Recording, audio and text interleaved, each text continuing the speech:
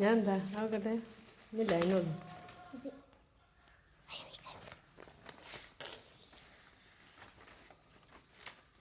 എടുത്താ അപ്പോൾ ഫാൻസിത്താണ്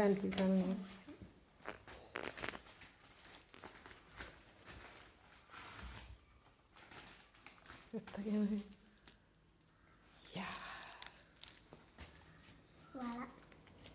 ഇപ്പോൾ പൊട്ടിക്കണ്ട നാളെ ഇത് രണ്ടെണ്ണം ഇതിന്മേല് ഇതും രണ്ടെണ്ണം ഇതിന്മേല്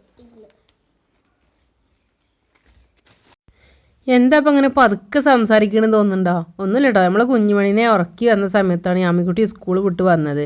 അവൾ സ്കൂൾ വിട്ട് വന്നപ്പോൾ അവളെ സ്കൂളിൽ നിന്ന് കിട്ടിയ ഓർണമെൻറ്റ്സിൻ്റെ അതുപോലെ പേപ്പറൊക്കെ കണ്ട് കാട്ടി തന്നെ സന്തോഷമാണ് കേട്ടോ. പിറ്റേ ദിവസം നമുക്ക് ഓരോ സ്കൂൾ കലാപരിപാടിയാണ്, അപ്പോൾ അതിന് വേണ്ടിയിട്ട് വാങ്ങിയ ഓർണമെൻറ്റ്സാണ് കേട്ടോ.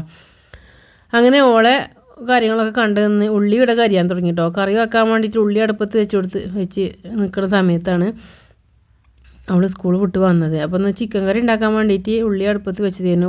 വന്നപ്പോഴത്തേന് ഉള്ളി ചെറുതായിട്ട് കരിയാൻ തുടങ്ങിയിരുന്നു. അപ്പോൾ ഞാൻ പെട്ടെന്ന് തന്നെ ഉള്ളിയൊക്കെ കറിയൊക്കെ റെഡിയാക്കാൻ പോവുകയാണ്. ചിക്കൻ മസാലയും ഉള്ളി മറ്റേ കാര്യങ്ങളൊക്കെ ഇട്ടാണ്ട് റെഡിയാക്കാൻ കേട്ടോ. ചിക്കൻ കറി ഇപ്പോൾ വെക്കാൻ കഴിയാത്തവരൊന്നും ആരും ഉണ്ടാവില്ലല്ലോ, അപ്പോൾ അതുകൊണ്ട് അതിൻ്റെ വിശദ വിവരങ്ങളൊന്നും ഇതിൽ പറയണില്ല.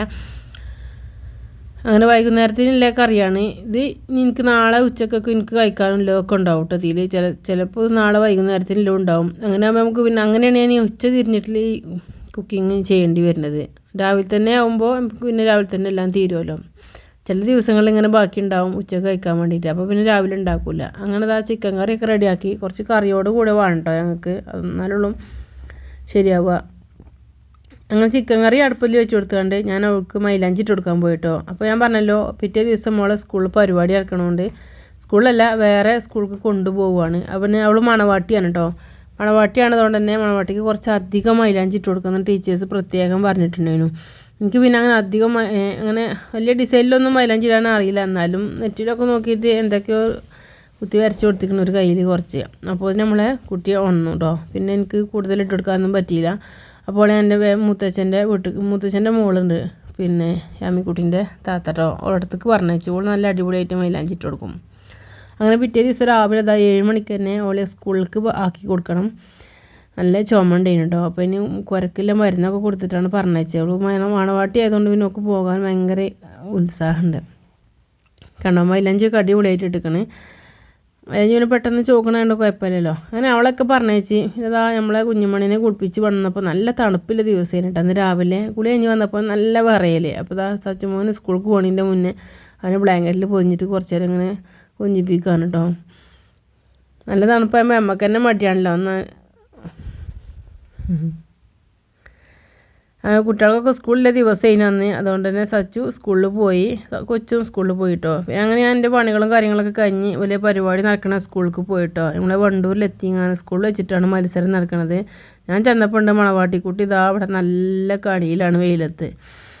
അവിടെ ഒരുക്കങ്ങളൊക്കെ കഴിഞ്ഞിട്ടുണ്ടെങ്കിൽ കേട്ടോ. പിന്നെ കുറച്ച് കഴിഞ്ഞ് അവർക്ക് ഫുഡ് കൊടുക്കണ സമയമായി. അപ്പോൾ അതാ ഞാൻ വന്നപ്പോഴത്തേന് ഓരോ ടീച്ചേഴ്സും പിന്നെ മറ്റുള്ള കുട്ടികളെ ഫ്രണ്ട്സിൻ്റെ അമ്മമാരൊക്കെ അവളെ ഒരുക്കി കൊടുത്തേക്കാണ് കേട്ടോ. അതുകൊണ്ട് പിന്നെ എനിക്ക് ചെന്നിട്ട് പിന്നെ ഒരുക്കാനൊന്നുമില്ല. മറ്റേ കുട്ടികളെ പരിപാടിയിലെ കുട്ടികളെ പാരൻസൊക്കെ രാവിലെ തന്നെ എത്തിയിട്ടുണ്ട് കേട്ടോ.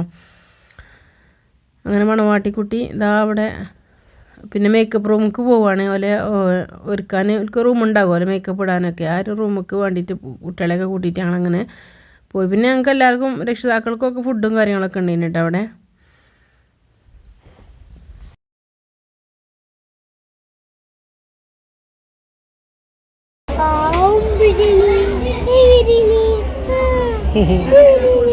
എന്നെ മനസ്സിലായിട്ടില്ലേ?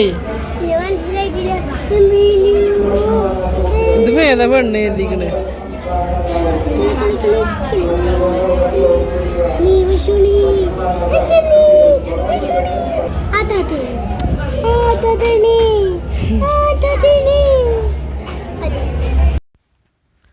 പിന്നെ ഞങ്ങൾ റീൽസൊക്കെ എടുത്തിട്ടോ കുട്ടികളെയും വെച്ചിട്ട്. മാഷാ അല്ലാ അതിൻ്റെ റീൽസിൻ്റെ വീഡിയോ ഞാൻ നമ്മൾ ഷോർട്സിൽ അപ്ലോഡ് ചെയ്തിട്ടേ മറ്റേ നല്ല വ്യൂസ് ഉണ്ട് കേട്ടോ. അപ്പോൾ നിങ്ങൾ കാണാത്തവരുണ്ടെങ്കിൽ ഒന്ന് കണ്ടോളി. പിന്നെ അവൻ്റെ പരിപാടി ഉച്ചയ്ക്ക് ശേഷമാണെന്ന് പറഞ്ഞിട്ടുണ്ടായിരുന്നു. അപ്പോൾ അതുകൊണ്ട് തന്നെ ഞാൻ ഉച്ചയ്ക്ക് ഏകദേശം ഒരു 12:30 സമയത്താണ് ഞാൻ തന്നെ അവിടെ എത്തിയത്.